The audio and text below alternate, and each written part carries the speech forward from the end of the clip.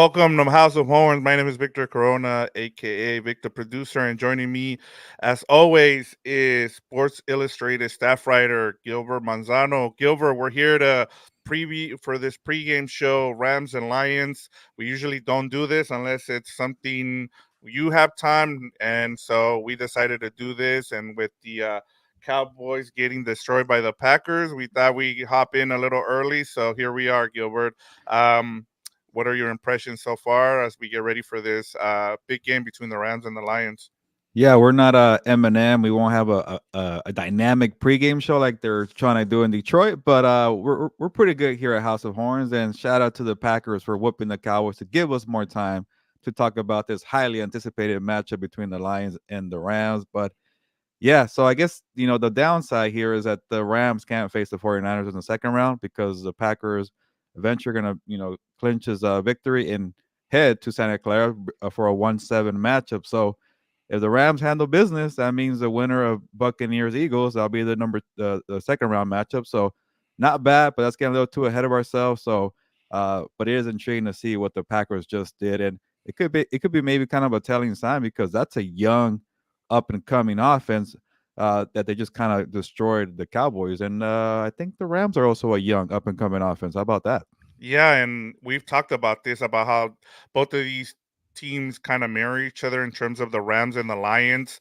I think whoever ends up advancing from this matchup is going to give their next opponent fits, just like the Packers are doing to the Cowboys right now. But do you want to get into some of these Yeah, comments so why not? far? We have Delbert Salgado. He says, "Que chinga andan poniendo a los Cowboys." So pretty much saying what a whooping the Packers are giving to the Cowboys there. So pretty spot on there. We have James Wheelock with wow, it's entertaining seeing the Packers.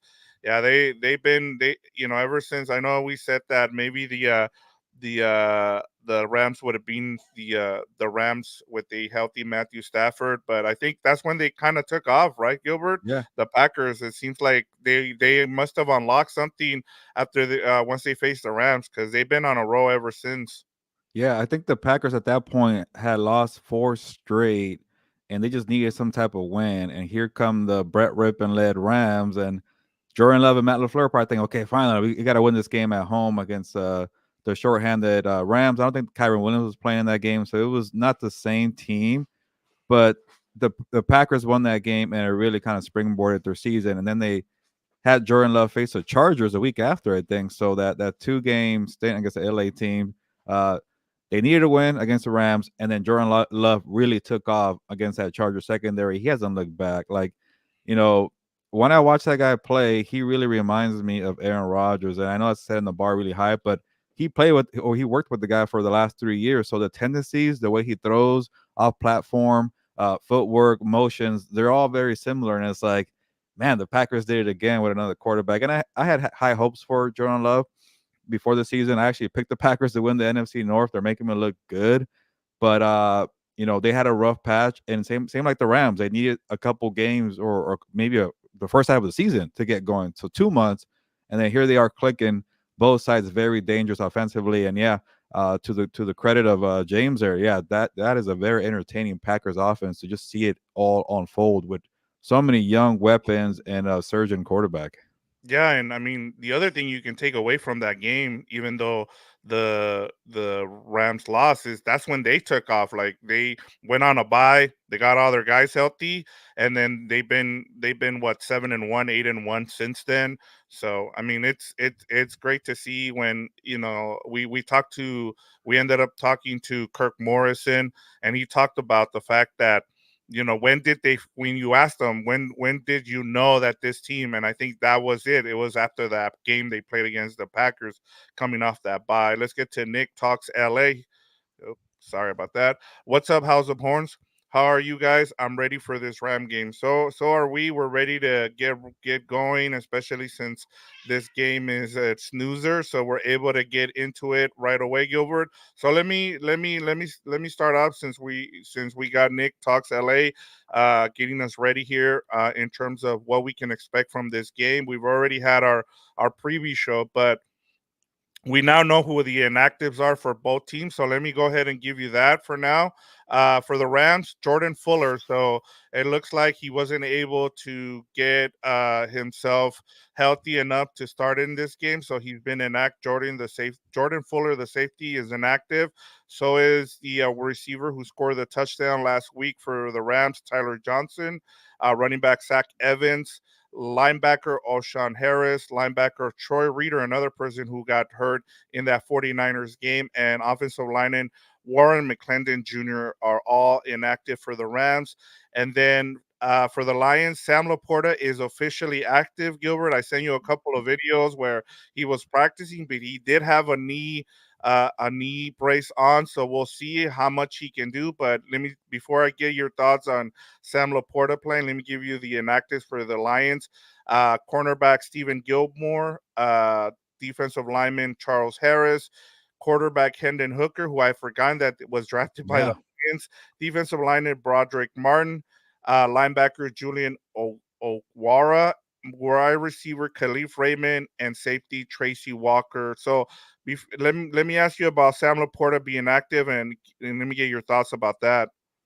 Yeah, well, we don't really know how Sam Laporta is going to be. Is he going to be like, just a decoy player, or is he going to be the full Sam Laporta that we see? I think he got named to second team All Pro. Which kind of tells you, what a great rookie year. Same thing, Puka Nakua, second team All Pro rookie year, and then Kyrie Williams too, but a second year player. But Sam Laporta makes all the difference with this Lions offense. So he's capable and willing to kind of like play with that knee and stretch for plays and make catches. And yeah, it really makes Jared Goff and Ben Johnson that more dangerous. So you know that's why when he got hurt in week 18, I'm like, oh, that's gonna be kind of a downer there because you want to face the best of the best. So we don't know how he's going to play, but he got to this point. He got carted off in that Minnesota game, so we're all thinking he won't play. But I think it's good challenge, and I'm sure Raheem Moore is prepared for the possibility. And like you mentioned, Lions reporters kept saying Dan Campbell, when he speaks, he's not kind of giving you the optimism or fluff. Like he's kind of, you know what, this guy might play. So that turned out to be the case here. And when you have to deal with Almon Rossi Brown, Jameer Gibbs, Jameson Williams, David Montgomery, and now Sam Laporta, it's going to be a big challenge for Raheem Morris's defense, especially a young secondary that's kind of gotten burned in the past 5 or 6 weeks of the season. So, just for him to be in out there, it plays with your mind when it comes to mental mind games and, motions and pre-snap, things like that. So, regardless if he's not ready or not, just him being on the field is going to mess with their minds. Yeah, and especially with what we've seen from Sam Laporta, as you said. I mean, he broke the tight end receiving record, I think, for both catches and receiving yards, if I'm not mistaken. I think you're Uh, correct. Yeah. yeah, which was Keith Jackson from, I think he was with the Eagles at the time, because I think he also played with the Packers. But yeah, I mean, he's been outstanding this season. He's been, I mean, Iowa continues to produce tight ends. I don't know what they have in that water over there that they're tight end you in Iowa, but if you draft a tight end in the middle rounds from Iowa, he's probably going to become an all pro eventually, because we've seen all the tight ends. But in terms of Sam Laporta, his ability to not only you know uh be able to get the ball in the middle of the field. That way you can attack the middle of the field with Jared Goff. I think he's a big plus. We'll see how healthy he is. I mean, as I listened to some people from the Lions, they said 60% of Laporta is better than their backup guy. So Yeah. anything he can do, I think it'll be interesting to see how they use him as well. Gilbert, do they use him to block at all, or are they just gonna have him be a pass catcher in this game just because they don't want to put him in harm's way and to get his knee even more injured? So Yeah. what are your thoughts about that? Yeah, I guess 60% sounds about right. 'Cause I don't, if it's something where like, hey, you can't, risk, further injury on the knee, and it won't be a torn ACL or something where he has a lengthy rehab in the offseason. Like, is it really worth it? So, I think they were smart about it. So that means, yeah, he could be 60% or above. So, he's gonna be out there regardless of if he's gonna be a dangerous playmaker. He's still gonna be maybe somebody to help you block, maybe somebody to get a quick outlet pass and give you a first down or whatever it is. He's not going to be to his full potential, but he's going to be out there helping out. So uh, we'll see what they do, and don't be shy. People watching on the live show here in the comments, James, Delbert, and Nick got it started. So if you're worried about Sam Laporta, let us know. If you're not worried about it, let us know too. Or there's something else do you want to talk about this game, because we got about 20 or 25 minutes here on House of Horn. So just a quick reminder: don't be shy, and we'll get to all of it. But yeah, I'm just actually glad that he's out there for I guess best on best kind of matchup.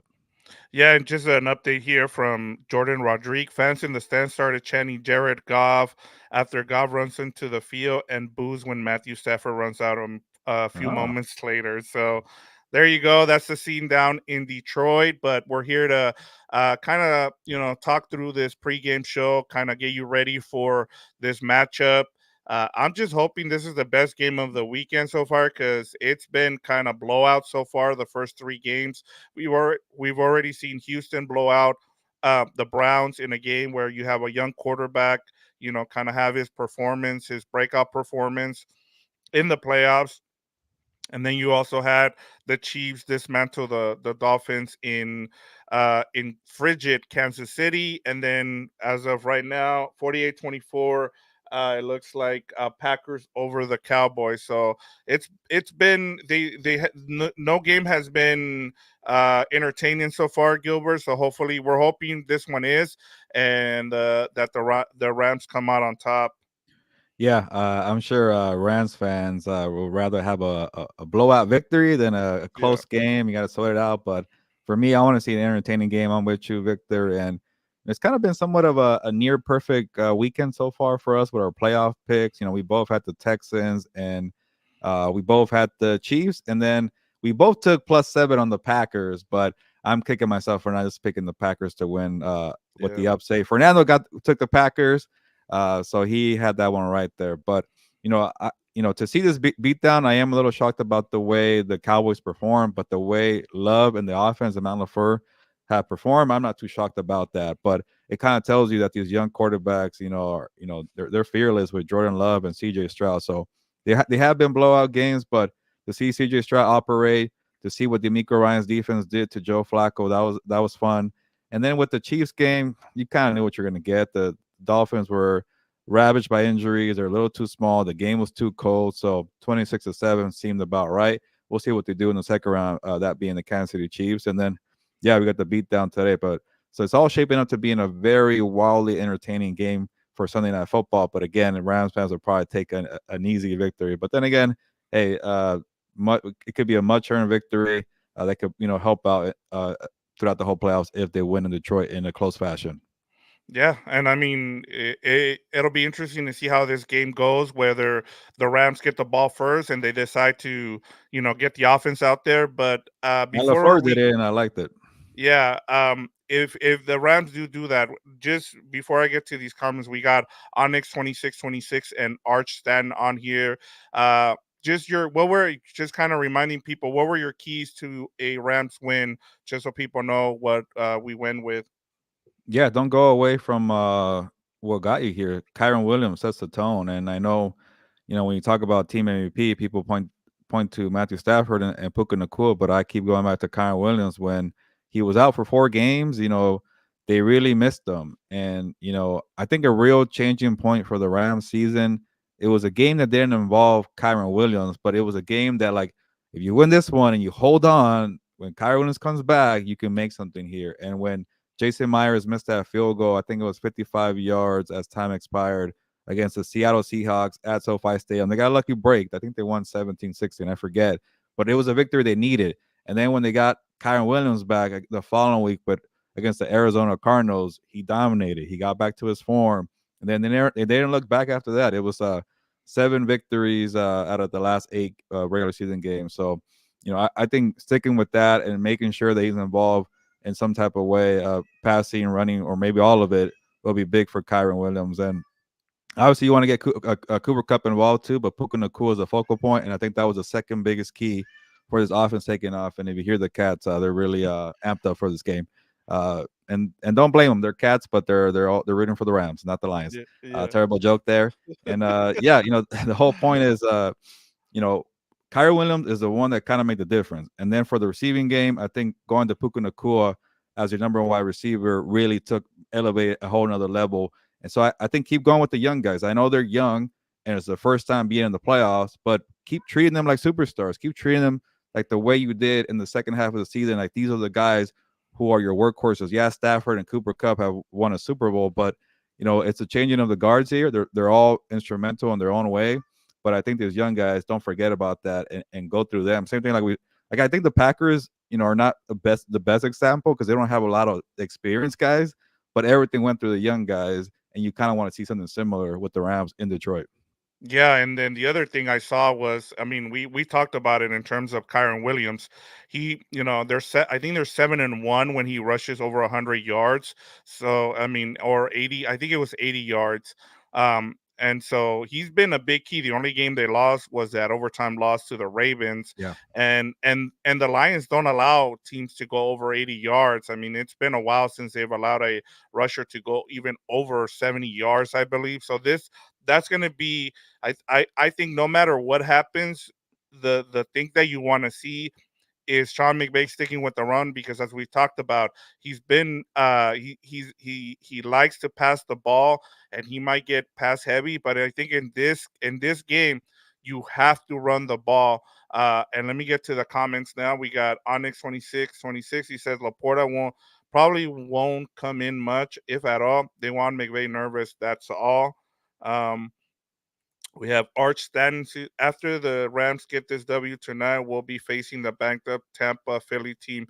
Is really opening up in our favor. So people are already looking ahead. We got a Onyx 26 there with a and then we have AMS. If Green Bay holds on, there's a chance we have a home game in the NFC Championship. Wow, that is true. If the Packers go up and beat the Niners, I mean, but that's looking way ahead. We're here to break down. We're here to get you guys ready for Lions and Rams. And Arch Stan says Laporta should come in on goal line opportunities and third and longs.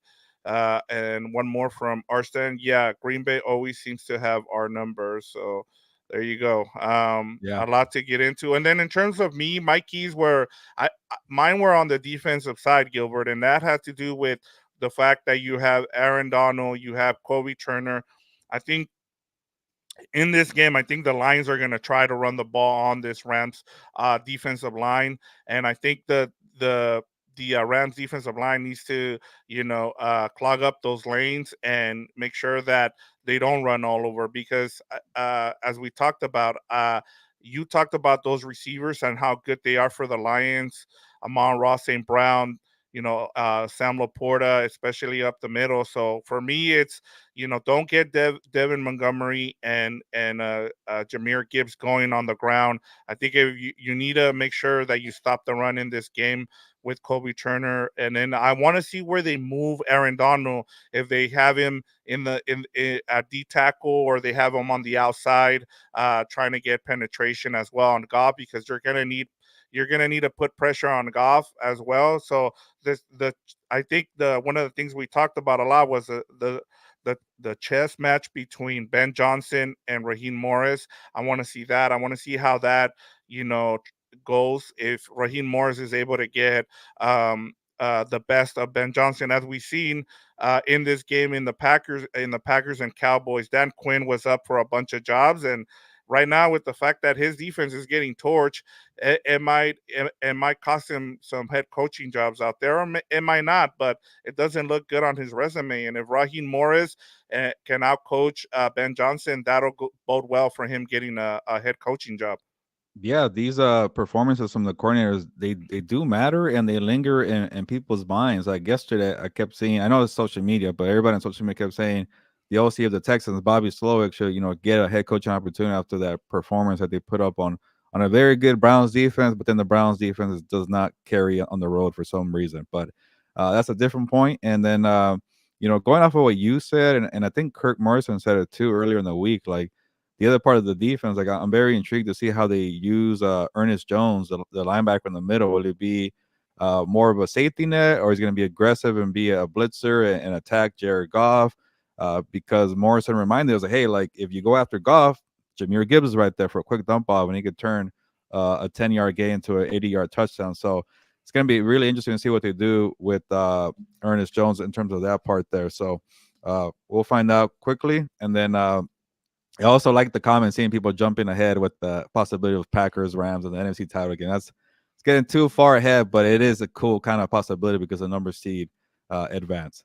Yeah, well, remember, I mean, I I don't blame Ram fans for thinking this way because their Super Bowl run, they ended up being the home team in the NFC Championship game Yeah, against the 49ers, and it was because of that. Even though they started out on the road on wild card weekend, they ended up hosting, the 7 seed. So I totally understand. I mean, the things are starting to open up and starting to look like that Super Bowl run again. But I mean, like you said, we need to pump the brakes because we're here, previewing this game, and the Rams still have to take care of the Lions. I mean, the Lions are a really good opponent here, as we talked about. They're a mirror image of each other. They can attack you with their offense on both sides, and it's gonna come down to which defense is able to stop the other offense. And I think one of the big things we need to talk about, Gilbert, and I mean, we bring it up because it's going to come up, and that's special teams. We need to talk about special teams. I think yeah. if the Rams are going to beat the Lions in this game, they need to make sure that their special teams don't end up costing them, whether it's punt return, whether it's their kicking with Brett Maher. Is he going to come into play in this game? I think those are some of the things we have to make sure that we remind Ram fans about. Yeah, and they caught a break with Khalif Raymond being inactive. He's a dangerous returner. I think he does primarily punts, but he might do both kickoff as well. But that's one big aspect of special teams right there. So they do have a lot of explosive playmakers on offense to maybe fill the void of Khalif Raymond.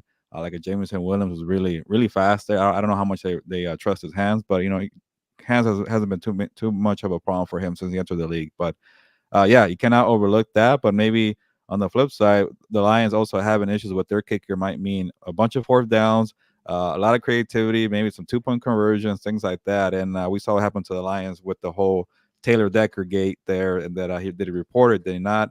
So I'm expecting something fun for this game, and hopefully not too chaotic on the special team sides there to make the special team coordinators go crazy. But yeah, we cannot forget that aspect. I don't think that hasn't really been a factor in the first 3 games because they've been blowouts. So, but yeah, when it's tight game and it's very close, we saw what happened in the Baltimore game with the kick returner there, or punt returner. So things like that do matter at the end. Let me ask you, what is the over under, since you reminded me on Dan Campbell going for it on fourth down, or pulling off a trick play? Like what a combination of both. What is the over under?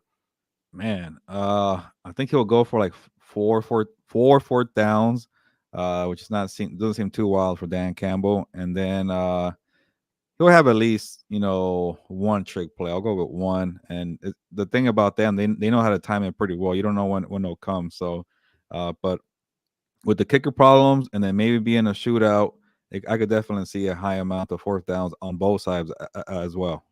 Yeah, I'm with you. I think it's going to be over 5. I mean, just with I think the way this game's going to go, I think he's gonna at least pull off one trick play and then have at least 4 or 5 go for it on fourth down kind of situation.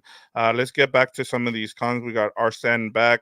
He says today looked like the Green Bay game against Detroit on Thanksgiving, dominated from start to finish. Play calling. And my biggest issue has been with the Packers has been Joe Barry and that defense, and they played really well. I mean, they took away the slants. I thought for sure that the Cowboys were gonna they were gonna take advantage of the middle of the field because the Packers have been their defense has been terrible in the middle of the field, and they game plan. I mean, they move Savage down to linebacker, and that's where he got that pick six. So credit to the play calling, not only by LaFleur, but also Joe Barry, because I've been very critical of Joe Barry. So that tells you coaching is very important this time of year, Gilbert. Yeah, and he also had a great performance or game plan in Week 18 when they needed to win against the Bears, and the Bears had all the pressure because they want Justin Fields and Eberflus to stick around, and Joe Barry took care of them. They didn't even do, and then they got fired. The Luke Getsy, the OC, got fired because of Joe Barry's game plan. So he's had a nice few weeks there. I wonder if it's getting to the point where like they might keep him, but I know a lot of Yeah, Packer fans don't want to hear that. yeah, But they have a lot of talent there, and they haven't been able to get on the same page, and they're finally doing it. They got pass rushers, they got DBs, they have a lot of draft capital invested on the defensive side. So, yeah, that was something there, and yeah, I was very surprised to see how they really shut down CeeDee Lamb. They were like CeeDee Lamb and Dak Prescott were like, pretty much arguing on the sidelines. A couple times they were not on the same page. So maybe Raheem Morris could have like a similar game plan where he could frustrate an Amon-Ra St. Brown. Like I think he might be the one that really worries me the most for the Rams defense because yeah, he's not known as a burner down the field, and that's been the problem for the secondary. But this guy gets open quickly. He knows how to find holes in the zone defense. If you play him man, he knows how to run a great routes to get open. So he's just like the ultimate uh, quarterback friendly target. His route tree is just you know a vast kind of route tree, and it really reminds me of Keenan Allen. I know I watch Keenan Allen a lot with the Chargers, so it's a good guys comp. like that, are very dangerous when it comes to like third down, fourth down. Gotta have it plays. Yeah, and I mean the way they use him too, they move him around. I love the way the Lions use him. I mean, watching Ben Johnson and his creativity with the running backs, and I know everybody was critical of them, taking Jameer Gibbs in the first round, but they've been able to use those running backs well, bringing in Devin Montgomery. After trading away DeAndre Swift, there was like, what are you doing? Why are you trading away DeAndre Swift for a fifth round pick? And they knew something. They knew what they wanted to do. And credit to the GM in as well because he's able to get the players that Ben Johnson wanted, and there was a reason why he came back. For another season, he had unfinished business, or he just didn't like the head coaching possibilities that were out there, and now he's primed to get another head coaching job, whatever head coaching job he can pick whatever one he wants at this point. But we'll see. I mean, and Raheem Morris on the other side is also up for. He's done a great job. He's been criticized by Ram fans because he doesn't put a lot of pressure. He doesn't blitz a lot, but the what he's done with this defense and having Aaron Donald and developing those rookies has been outstanding. And we've talked about Ernest Jones and how big he's been this season. And so both of these coordinators, I know we talked about Sean McVay and we've talked about Dan Campbell and how they're going to coach this game, but I think those two coordinators, I think it's a big showcase for them, especially as they look for head coaching jobs. Yeah, Raheem Morris, I don't think he gets enough credit for the way he puts players in positions to succeed, to win matchups or favorable matchups. Like to see what Kobe Turner's doing next to Aaron Donald, that's a big credit to Raheem Morris, Byron Young, Michael Hoy going from defensive tackle to edge rusher. Raheem Morris saw something there. Obviously, the development of Ernest Jones, and then even going back to the days of, you know, Jalen Ramsey. Obviously, he's a talented player, but like when you needed him to take another level to win a Super Bowl, they really took off. They saw what Brandon Staley did with Jalen Ramsey and Raheem Morris. To his credit, build off of that, and he said, "Okay, cool, let's keep doing this and make it work." And obviously, the defenses have changed. He had playmakers last year, not as many this year, but he's developing them, putting them in favorable matchups, and having a good structure with the scheme. And yeah, maybe you don't want to take too many risks here because they don't have the talent in the secondary to really hold up against some of these talented wide receivers. And you thought Kobe Durant could take another step. He really didn't do it. They got nice contributions from Jordan Fuller, who's been dealing with injuries, but he won't be there tonight. That's gonna be a big factor as well. But you did get something in Akilo Witherspoon. Darion Kendrick was up and down, so that might be a priority in the offseason, but for right now, they got to deal with the Lions passing attack. But yeah, I really hope Raheem Morris gets a chance here. But like you said, Victor, if there's a dud defensively, that does stick to people's minds. I think when it comes to interviews. Yeah, and especially with what we're seeing from Dan Quinn right now, it'll be interesting to see what Yeah. happens. And I mean, if that ends up costing him a job. But one more comment here from James Wheelock before we head out. It says, if the Rams blow out the Lions, we won't have to worry about Brett Maher. He said he made the correction.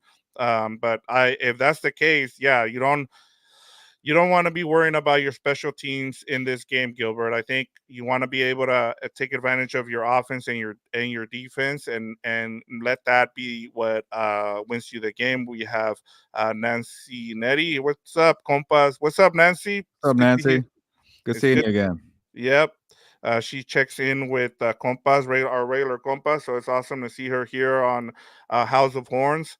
And then Delbert Salgado says, appreciate it. Let's go rounds. I'm out. And we're about to head out too as well. And then Nancy Nair says, I was close with Puka Nakua. So there we go. Shout out to Puka Nakua. Hopefully he has a big game in this game. But Gilbert, before we go, I just want to remind people, win or lose, we'll have a post game show, our live post game show after the game. Make sure that you tune in. Hit the subscribe button. Let us know. Leave us the comments. It's already there. So any comments you have during the game, go ahead and drop them on there. We'll get to them, but we'll be back breaking down this whole game. And yeah, Gilbert, I can't wait to get into it. Like I said, hopefully it's a better game than what we've seen the first three games so far in Wild Card Weekend.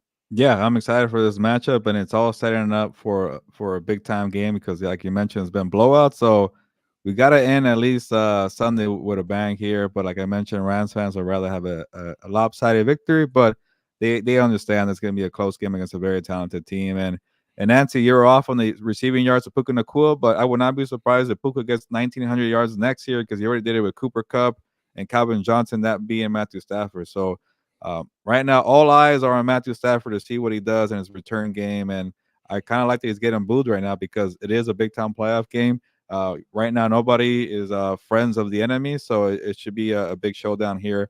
And I'll read Arch's comment right here. With all these head coaches now available, I'm hoping it makes it harder for Morris to get a head coaching job.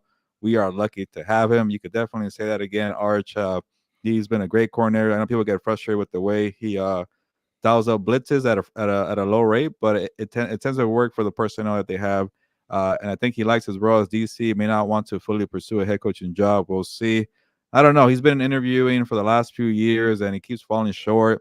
And then he had that opportunity with the Buccaneers, which seems like ages ago, probably around 10 years, maybe. I think he replaced He John was Gruden. young. Yeah. Yeah. So it's been a long time coming. He's learned a lot, and I do want to see what he's really learned because sometimes his coaches get opportunities too early and it doesn't work out. But hey, second time around, how about that guy Bill Belichick who got a second time around after the Browns stint and really did well? Yeah, and I want to see more defensive coordinators get jobs because we've seen now the change.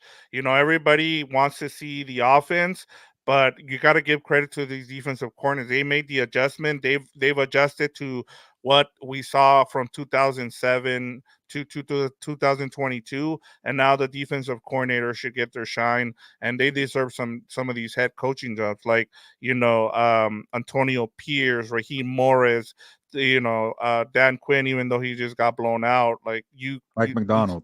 yeah, Mike McDonald. So you're gonna see a lot more of these defensive coordinators. They deserve a shot, and I'm with you, Gilbert.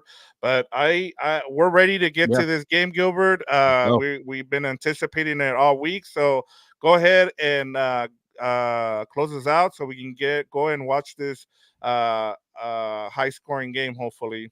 yeah, thanks for joining us for this quick pregame show. We wanted to give a few more takeaways and talk to people before the big time game. So shout out to those that jumped on: Arch, Nancy, Delbert, Nick, AM, Onyx, James. We really appreciate you jumping on for about 30 minutes here. So let's get to it.